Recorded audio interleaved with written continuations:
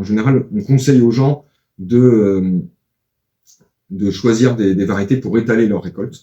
Comme ça, il y a pas de pic de transformation à faire, parce que c'est vrai que si on a 3 pommiers qui viennent tous au mois d'octobre et qui se conservent pas, c'est dommage d'avoir des fruits qui voilà, faut tout transformer d'un coup, mais c'est quand même pas mal de boulot la transformation, et surtout bon, quand on est maraîcher, tout ça, on n'a pas forcément un temps de dingue. Donc...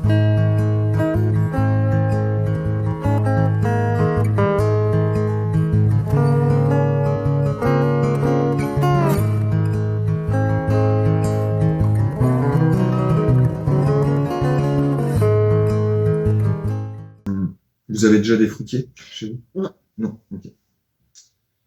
Parce que là, il y a quand même moyen de faire un beau verger diversifié. Donc sachant, voilà, c'est pour une consommation personnelle, donc voilà, on ne recherche pas des variétés qui soient très productives. Oui. Des fois, on se dit, ah oui, les variétés modernes, elles sont plus productives. Bon, c'est vrai dans certains cas, mais pas tout le temps. Elles sont surtout faites pour être calibrées, pour qu'elles soient commercialisables, en fait. Et souvent, à part quelques nouvelles variétés qui ont été développées un peu plus spécialement pour les filières bio, la résistance aux maladies n'entrait pas dans le cahier des charges de sélection. Dans le cahier des charges, il faut qu'elles soient toutes homogènes, faut qu'elles soient bien calibrées, faut qu'elles aient une belle apparence, qu'elles soient croquantes, juteuses et sucrées et pas trop acidulées. Ça, c'est le truc classique c'est les caractéristiques qu'on trouve, par exemple pour les pommes, dans toutes celles qui sont vendues au supermarché. Que ce soit les Gala, les Ida Red, c'est toutes les mêmes caractéristiques. Les goûts changent un tout petit peu, mais les caractéristiques globales restent les mêmes. Dans les variétés anciennes, Après, nous, notre question par rapport aux variétés, c'est plus d'avoir... on aimerait bien une diversité, mais surtout d'avoir des fruits qui ne donnent pas au même moment, en fait, oui. pour pouvoir en profiter au maximum, de ne pas se retrouver avec un surplus de récolte, entre guillemets. Ouais. Mais c'est d'essayer de se dire, des pommes, on peut en avoir sur une plus longue période, mais des pêches, ça va être plus... sur une plus courte période par rapport à la fragilité du produit. Donc c'est se dire, j'ai pas besoin de pommes alors que là je vais avoir des pêches. Quoi. Oui, bien sûr. Alors nous justement, on propose ça à nos clients, c'est-à-dire que bon, il y a des fruitiers où tu peux quand même beaucoup moins étaler que sur la pomme ou la poire. Par exemple, la pêche, bon, tu peux étaler sur 1 mois ou 2, mais pas beaucoup plus. Et en plus, de toute façon, ça se conserve pas. Donc, mais tu peux étaler quand même tes récoltes un petit peu. En prune, c'est pareil. Ça peut partir de fin juillet, grosso modo, jusqu'à septembre à peu près. C'est pareil, tu peux quand même étaler sur une partie de l'été. Sur la cerise, tu peux étaler. Alors nous ici, les cerises de début mai, donc c'est un peu, à mon avis, c'est un peu tendu quand même pour qu'elles mûrissent. Mais disons que tu peux étaler de juin jusqu'à fin juillet, quoi. Ce qui fait déjà une belle amplitude aussi. Et par contre, bon, les championnes, hein, c'est les pommes et les poires. Donc nous, on vend des variétés d'été, des variétés d'automne, enfin automne et début d'hiver, et après vraiment des variétés de garde. Donc, en général, les caractéristiques restent les mêmes, c'est-à-dire que les fruits d'été se conservent pas très très longtemps. En général, celles qui viennent au mois d'août, ça se conserve quelques semaines, 1 mois maxi. Il y a une petite exception en pomme, c'est la transparente de Concel. Celle-là, elle vient en septembre, mais elle se conserve quand même au moins 2 mois. Donc ça peut être quand même intéressant d'avoir une pomme un peu plus précoce.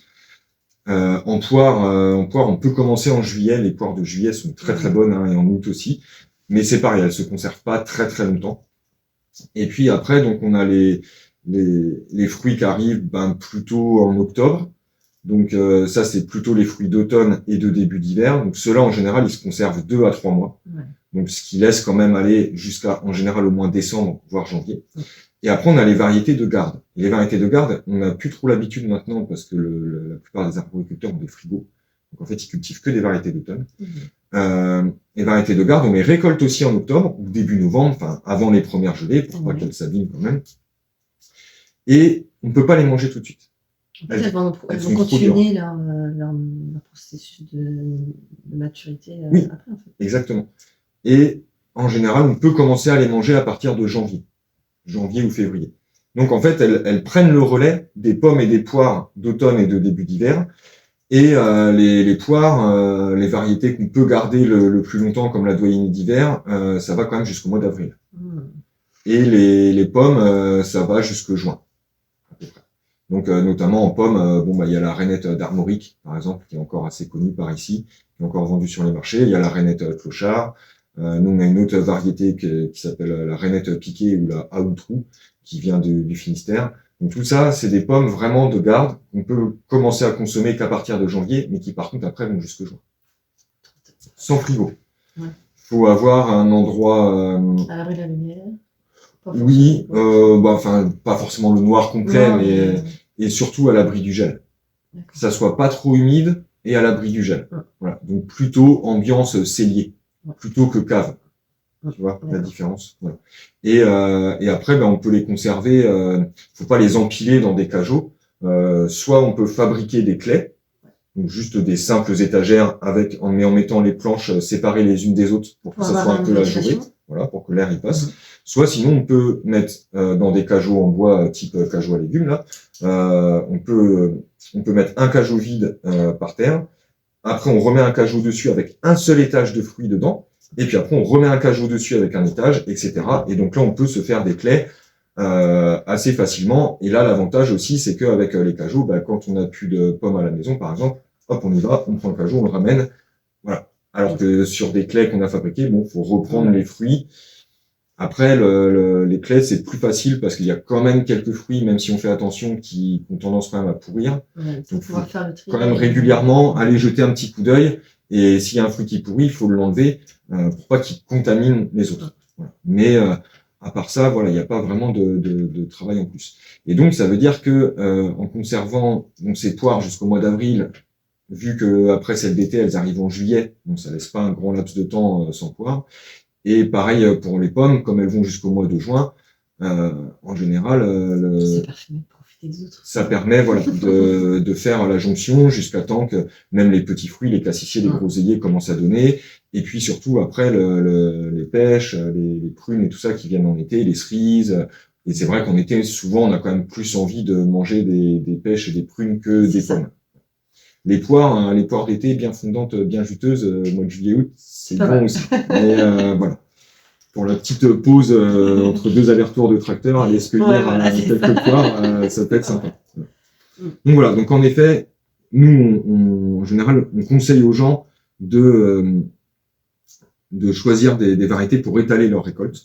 Comme ça, il y a pas de pic de transformation à faire, parce que c'est vrai que si on a 3 pommiers qui viennent tous au mois d'octobre et qui se conservent pas, c'est dommage d'avoir des fruits qui perdent. Faut tout transformer d'un coup, mais c'est quand même pas mal de boulot la transformation, et surtout quand on est maraîcher tout ça, on n'a pas forcément un temps de dingue, donc